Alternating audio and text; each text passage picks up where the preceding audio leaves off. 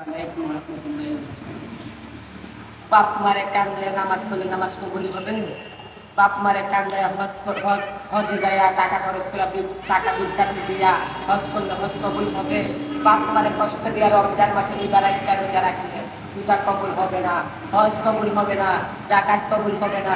তুমি বুঝা গুনাহ করো, অঙ্গের গুনাহ, কবিরা গুনাহ, যা ইত্যাদি গুনাহ করছো, আল্লাহর কাছে নামাজ তাহাজ্জুদ নামাজ পড়ে দোয়া করলে আল্লাহ তোমাকে ক্ষমা করে দেন, ঠিক না বেটি? ঠিক আল্লাহ বলছে গুনাহ করে যদি আমার বান্দা আমার কাছে মাপ চায়, আমি সেই বান্দাকে মাফ করে দেই। ঠিক কার বলুন আল্লাহু আকবার।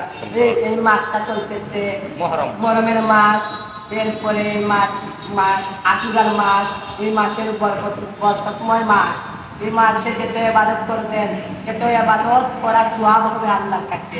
আল্লাহ বলে আমার বান্দা আমার কাছে কেঁদে কেঁদে দোয়া করলে, দোয়া যদি চায়, আমি আল্লাহ তার বান্দার গুনাহকে মাফ করে দেই।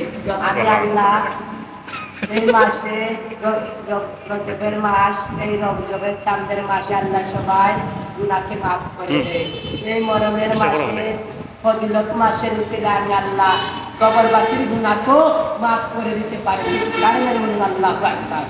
আর বাপ মারে কান্দায়া মক্কা মদিনায় হজ করলে কবুল হবে না। বাপ